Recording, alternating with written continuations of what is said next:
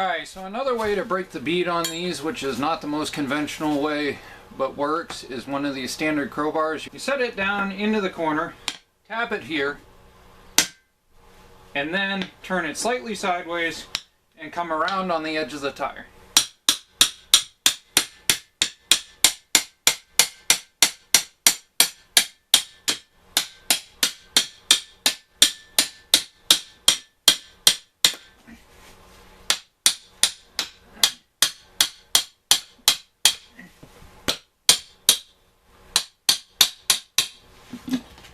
There you have it. Bead broken all the way around.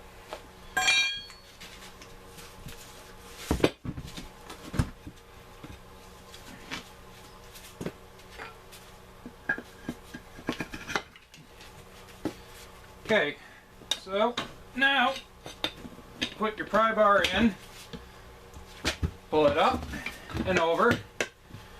Now if you take one of these, this is a lock actually for a Craftsman toolbox, and it has a nifty little nick out on the end. If you take that and you set it in to that pop out on the bead,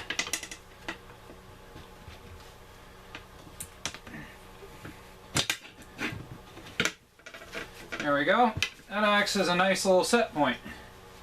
From there,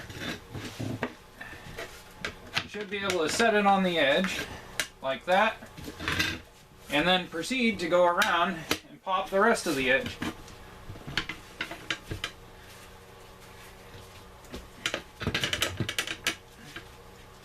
Usually having multiple crowbars is the easier way to do this.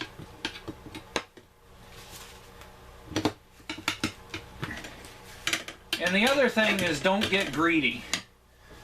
You are doing this by hand, so really only expect to take about an inch or so over the lip at any given point.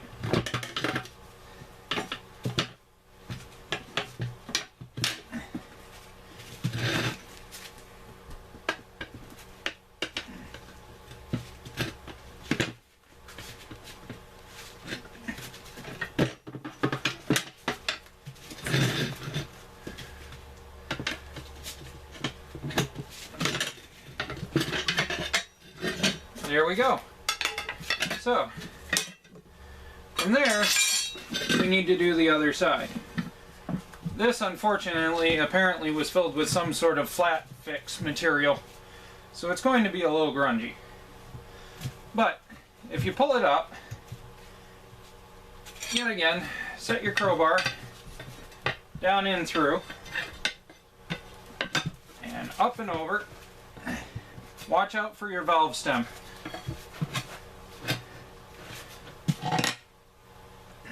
And from there, you should be able to start prying on either side.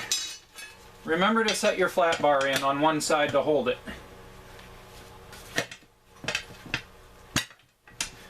There.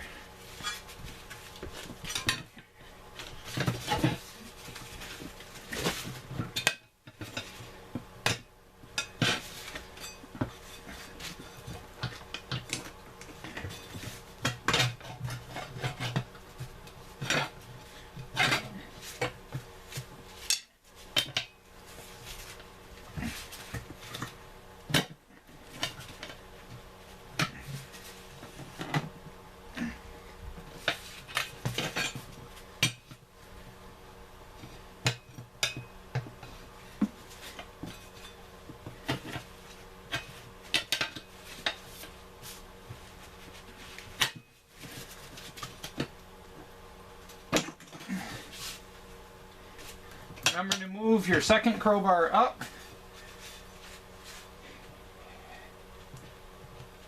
And remember not to get greedy. An inch or two at a time.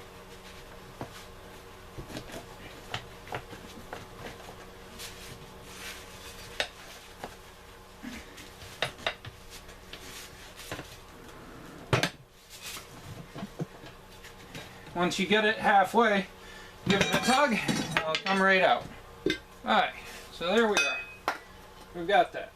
So, if you have directional tires, make sure that you set them going the right direction.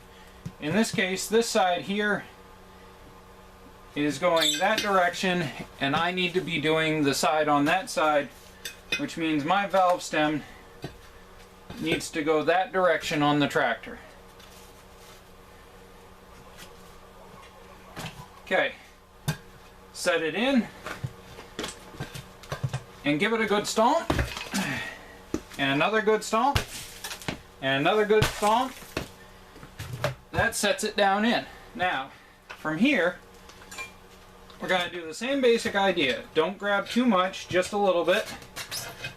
Place it in a couple of inches. You want to be holding down on the hub as you're pressing in. There we go. Now remember, just a couple of inches. Don't grab too much.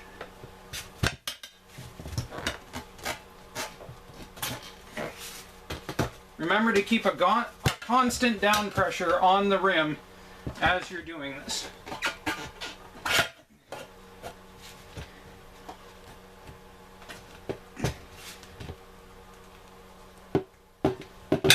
There it goes.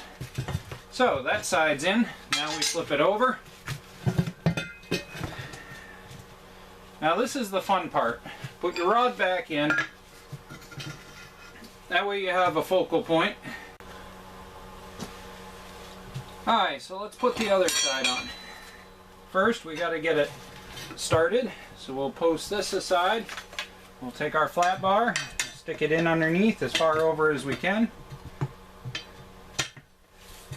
From there, now step on it with your toe, plant it. Now we'll take our flat pry bar, we'll set it in and plant it.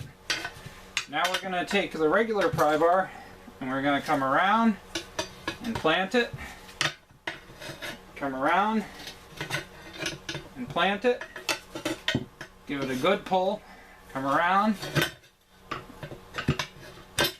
Because once you make it past 50%, that's the key.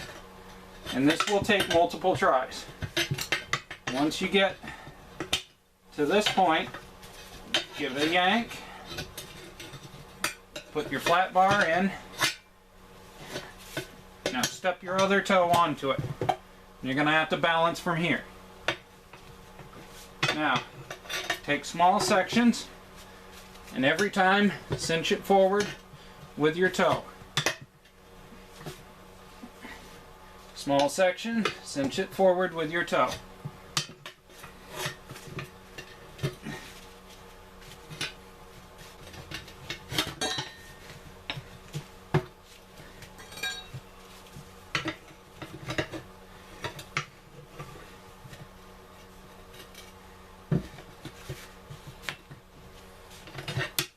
Now swap them as you get further along, stepping on the next one.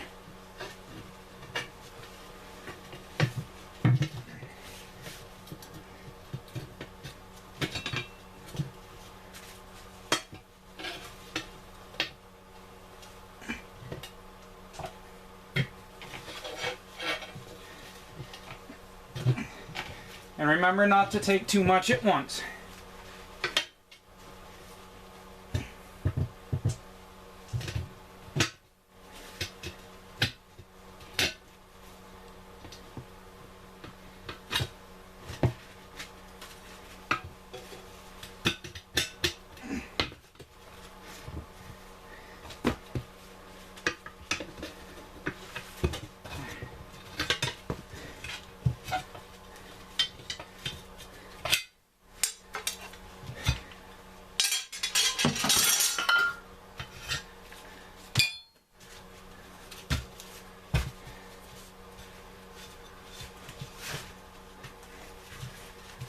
From there,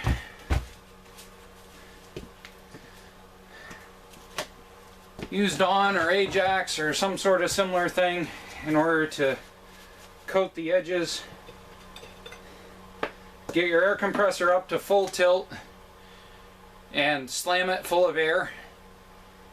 If that doesn't work, what I'm supposed to say is take it to a shop that can mount it for you. What I'm going to say is there are ways, if you look up emergency off-road mount to do it in your own shop, but I really don't recommend it.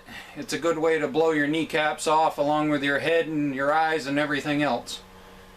So that's how to mount ATV tires on a lawn tractor rim. So basically, in conclusion, you don't have to go and swap on, weld on hubs. You don't have to make anything. You can hit a 22-inch ATV tire, whether it's these Pathfinders, whether it's IPAs. There's a couple of different brands that fit perfectly fine on your regular lawnmower rim. They go right on, no problem whatsoever. You got your regular keyway. You don't have to deal with anything. And your regular C-clamp and everything goes right on.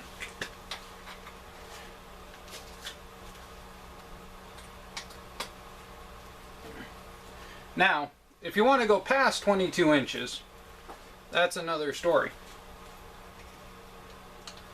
After looking it up and doing all kinds of research, you can go past 22 inches on a lawn tractor without having to make special hubs. But you have to buy 10-inch rims. They don't make anything larger than the 22 currently at the point that this video was made for an 8-inch rim.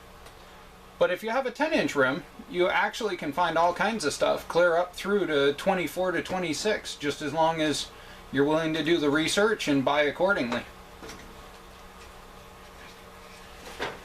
But there we go. Everything is all set.